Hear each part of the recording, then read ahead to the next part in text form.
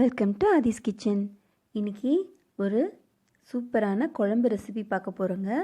இது கருவேப்பிலை குழம்பு. இது எப்படி செய்கிறதுன்னு பார்க்கலாம். அது பார்க்குறதுக்கு முன்னாடி இது வரைக்கும் ஆதிஸ் கிச்சனை சப்ஸ்கிரைப் பண்ணாதவங்க ப்ளீஸ் சப்ஸ்கிரைப் பண்ணுங்கள். பக்கத்தில் இருக்கிற பெல் ஐக்கனையும் ப்ரெஸ் பண்ணிக்கோங்க. அப்போ தான் நான் போடுற வீடியோஸ் உடனுக்குடனா உங்கள் மெயிலை தேடி வந்து சேரும். இப்போ வாங்க எப்படி செய்கிறதுன்னு பார்க்கலாம். ஒரு கடாயில் ஒரு 2 ஸ்பூன் அளவுக்கு எண்ணெய் ஊற்றிக்கோங்க. எண்ணெய் சூடானதுக்கப்புறமா ஒரு 2 டேபிள் ஸ்பூன் அளவுக்கு தனியா எடுத்துக்கோங்க. 1/2 டீஸ்பூன் அளவுக்கு வெந்தயம் போட்டுக்கோங்க. 2 ஸ்பூன் அளவுக்கு மிளகு போட்டுக்கோங்க.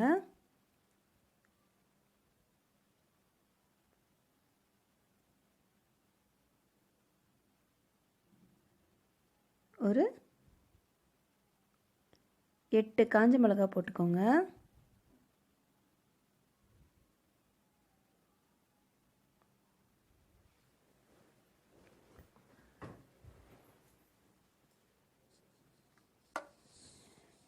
இதோட ஒரு 2 டேபிள் ஸ்பூன் அளவுக்கு துருவின தேங்காய் போட்டுக்கோங்க. போட்டுட்டு நல்லா இதை வறுத்துக்கணும். நல்ல வாசனை வர்ற அளவுக்கு லைட்டாக தேங்காய் நிறம் மாறணும், அந்த அளவுக்கு வதக்கிக்கோங்க. இது ரொம்ப ஈஸிங்க, ரொம்ப டேஸ்ட்டாக இருக்கும். கண்டிப்பாக ஒரு தடவை ட்ரை பண்ணிங்கன்னா நீங்கள் அடிக்கடி இந்த குழம்பு செய்வீங்க. இது பாருங்கள், கலர் மாறிடுச்சு.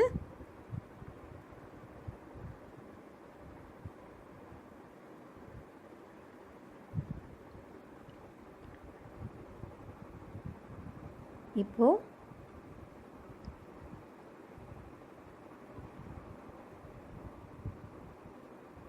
ஒரே ஒரு தக்காளியை நான் நறுக்கி போட்டிருக்கேங்க, அதையும் போட்டு வதக்கிக்கோங்க.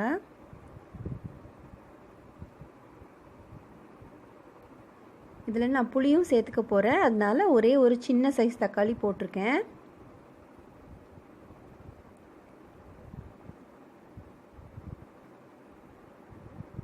உங்களுக்கு தக்காளி வேணாம் அப்படின்னா புளி கூட சேர்த்துக்கலாம் இன்னும் கொஞ்சம். இப்போது இதில் தேவையான அளவு உப்பு போட்டுக்கிறேன். உப்பு போட்டுட்டு நல்லா கலந்து விட்டுக்கோங்க.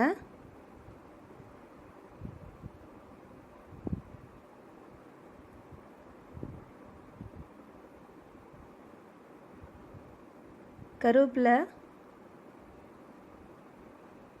ஒரு 2 கைப்பிடி அளவு போட்டுக்கிறேன். நல்லா கழுவிட்டு போட்டுக்கிறேங்க.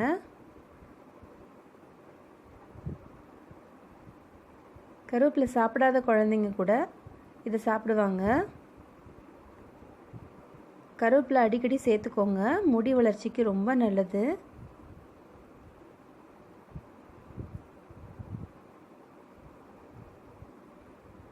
இந்த குளிர்காலத்தில் பார்த்திங்கன்னா முடி நிறைய கொட்டும் எல்லாருக்கும்.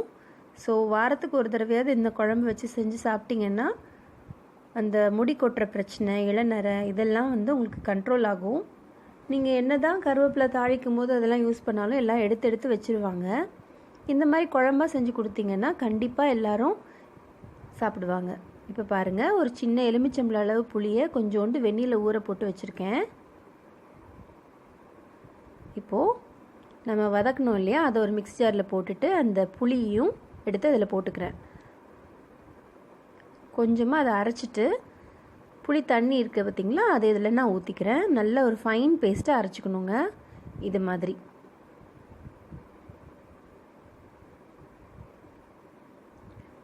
நல்ல மையாக அரைச்சிக்கோங்க.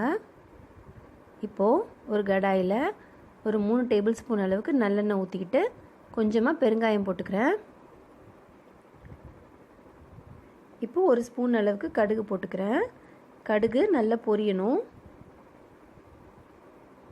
கடுகு பொரிஞ்சிருச்சு. இப்போ நான் ஒரு 15 பூண்டுங்க, சின்ன சைஸாக இருக்கிறதுனால ஒரு 15லேருந்து 20 கூட போடலாம். நீங்கள் பெரிய பல்லாக இருந்தால் ஒரு 8லேருந்து 10 போட்டுக்கோங்க. பெருசாக இருந்ததுன்னா நீங்கள் நறுக்கி கூட போட்டுக்கலாம், இல்லை தட்டி கூட போட்டுக்கலாம். பூண்டு நல்லா செவந்து கலர் மாறணும். வாசனை செம்மையாக இருக்கும் பூண்டு வதங்கும் போது. இப்போது நம்ம அரைச்சி வச்சுருக்கோம் பார்த்திங்களா கருவேப்பிலை, அதை இதில் போட்டுக்கிறேன்.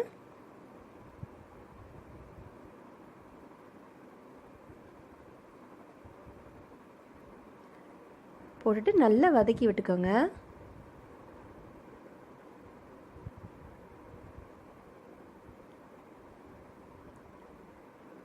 இந்த குழம்புக்கு நல்லெண்ணெய் தான் ஊற்றணுங்க, அப்போ தான் செம்ம டேஸ்ட்டாக இருக்கும்.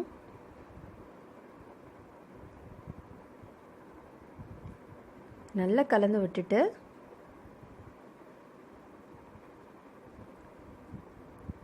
இதில் மிச்சம் இருக்கிற அந்த மிக்ஸி ஜாரை கழுவி ஊற்றிருக்கேன் பாருங்கள். மிக்ஸி ஜாரில் இருந்த தண்ணியை இதில் ஊற்றிருக்கேன். அப்புறம் கொஞ்சோண்டு மிச்சம் புளி தண்ணி இருந்தது, அதையும் இதில் ஊற்றிக்கிறேன்.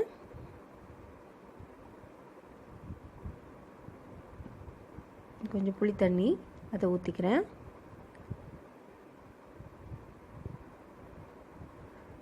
நல்லா கலந்து விட்டுக்கோங்க. இப்போது நீங்கள் உப்பு பார்த்துக்கோங்க, உப்பு பத்தலைன்னா நீங்கள் போட்டுக்கலாம்.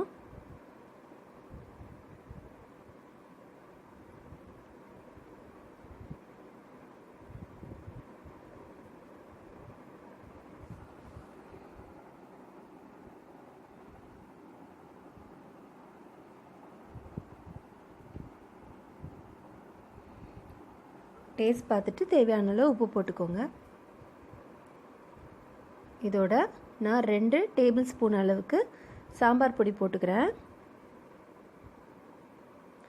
இது வந்து ஒரு திக்னஸ்க்காகவும் குழம்பு ஒரு திக்காக இருக்கிறதுக்காகவும் வாசனைக்காகவும் போடுறேன். குழம்பு மிளகாத்தூள் இருந்தாலும் நீங்கள் போட்டுக்கலாம்.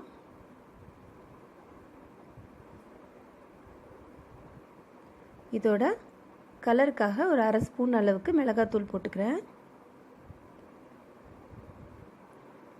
சில பேர் சாம்பார் பொடியிலேயே வந்து நீங்கள் மிளகாவும் சேர்த்து அரைப்பீங்க அப்படின்னா இது போட தேவையில்லை.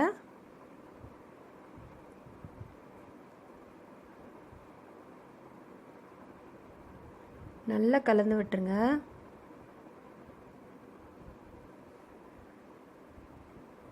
இப்போது ஒரு மூடி போட்டு சிம்மிலே வச்சுருங்க. ஒரு 15 நிமிஷம் நல்லா கொதிக்கட்டும். இங்கே பாருங்கள் எவ்வளோ அழகாக எண்ணெய் கசிஞ்சு திக்காக இருக்குது பாருங்கள் குழம்பு.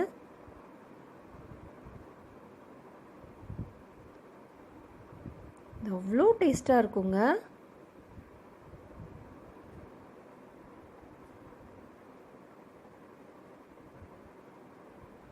மணமாக இருக்கும். வீடு ஃபுல்லாக கருவேப்பிலை வாசனை ஜம்முன்னு இருக்கும். இதில் நீங்கள் ஒரே 1 ஸ்பூன் அளவுக்கு நாட்டு சக்கரை இல்லை வெல்லம் வந்து போட்டுக்கோங்க. போட்டுட்டு நல்லா கலந்து விட்டுக்கோங்க.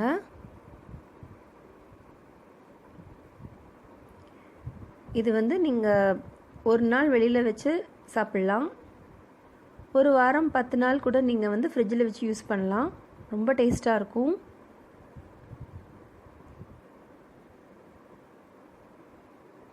இப்போது இந்த குழம்பு மேலே நான் கொஞ்சம் நல்லெண்ணெய் ஊற்றிக்கிறேன்.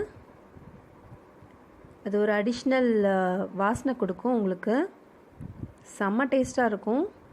சுட சுட சாதத்தில் இந்த குழம்பு ஊற்றி ஒன்றும் வேணாங்க, வெறும் அப்பளமே அவ்வளோ கலக்கலாக இருக்கும். இல்லை ஏதாவது பொரியலோ இல்லை கூட்டோ செஞ்சு சாப்பிட்டீங்கன்னா பசங்க இன்னும் வேணும்னு கேட்டு வாங்கி சாப்பிடுவாங்க. பாருங்கள் எவ்வளோ கலக்கலாக சூப்பராக இருக்குது. தயிர் சாதத்து கூட ரொம்ப கலக்கலாக இருக்கும். கண்டிப்பாக இந்த ரெசிபியை ட்ரை பண்ணுங்கள். மறக்காமல் இந்த வீடியோவை ஷேர் பண்ணுங்கள். கண்டிப்பாக ட்ரை